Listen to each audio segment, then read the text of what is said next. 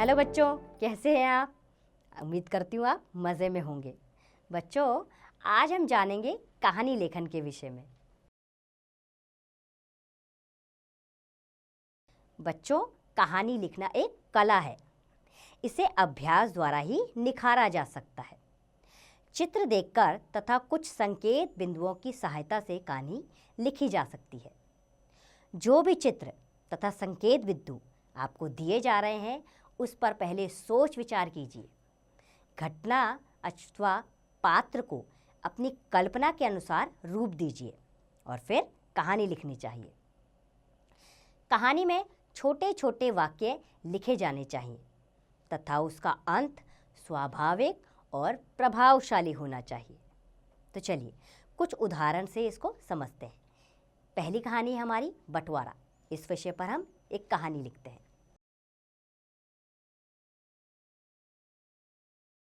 किसी वन में दो बिल्लियां रहती थीं। एक दिन वे कहीं से एक रोटी उठा लाई। वे उसे बराबर बराबर बांटने लगी, लेकिन उनमें झगड़ा होने लगा। इतने में वहां एक बंदर आया। उसने रोटी को बांटने का कार्य संभाला। वह एक तराजू ले आया। उसने रोटी के दोनों टुकड़ों को दोनों पलड़ों पर रखा। एक पर वजन अधिक था, दूसरे पर कम। जिस ओर भार अधिक था, उस ओर से एक बड़ा सा टुकड़ा तोड़कर बंदर ने मुंह में डाल लिया। अब दूसरी ओर भार अधिक हो गया। बंदर ने उस ओर से भी एक टुकड़ा तोड़कर खा लिया। ऐसा करने से रोटी बहुत कम रह गई। बिल्लियां सोचने लगी कि अगर बंदर इसी प्रकार टुकड़े तोड़ तोड़ कर खाता रहा तो वह सारी रोटी खा जाएगा। उन्होंने कहा, ठीक है, हो गया बंटवारा। हमारी रोटी हमें वापस दे दो। अब हम स्वयं ही उसे बांट लेंगे। बंदर बोला, मैंने तुम्हारे लिए अपना इतना कीमती समय बर्बाद किया है। यह बची हुई रोटी मेरे समय तथा मेरे परिश्रम की कीमत है। इतना कहकर बंदर ने वह रोटी का टुकड़ा भी खा लिया।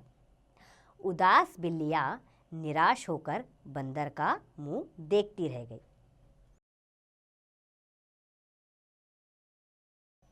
तो बच्चों, एक और कहानी हम पढ़ते हैं।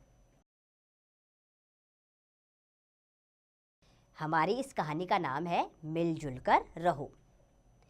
काली और भूरी नाम की दो बकरियां थीं। दोनों बहुत ताकतवर थीं। दोनों को ही अपनी ताकत पर बहुत घमंड था। एक दिन दोनों एक पुल से गुजर रही थीं।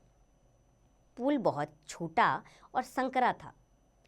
उस पुल पर से एक समय में एक ही व्यक्ति अथवा जानवर जा सकता था।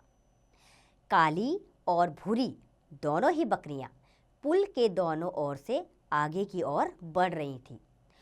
दोनों की पहले पुल पार करने की जिद थी। दोनों में से कोई भी पीछे हटने को तैयार नहीं था। पुल के बीचों बीच दोनों बकरियों का आमना सामना हुआ। दोनों अकड़ कर खड़ी हो गईं। काली ने गुस्से में भरकर भूरी से कहा, चल पीछे हट, देखती नहीं मैं आ रही हूं। मुझे पहले पुल पार करना है। भूरी मुंह बनाते हुए बोली, चल चल, मैं पहले आई हूं, इसलिए पहले पुल मैं पार करूंगी। दोनों की बहस चलती रही। कोई भी पीछे हटने को तैयार नहीं हुई।